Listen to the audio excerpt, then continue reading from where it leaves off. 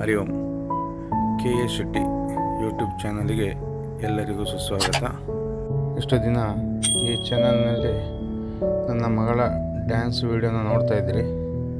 ಇನ್ನು ಮುಂದೆ ಆ ಡ್ಯಾನ್ಸ್ ವೀಡಿಯೋದ ಜೊತೆಗೆ ನಾನು ಕುವೈಟ್ನಲ್ಲಿ ಕೆಲಸ ಮಾಡ್ತಾ ಇರೋದು, ಡ್ರೈವರಾಗಿ ಕೆಲಸ ಮಾಡ್ತಾಯಿದ್ದೀನಿ.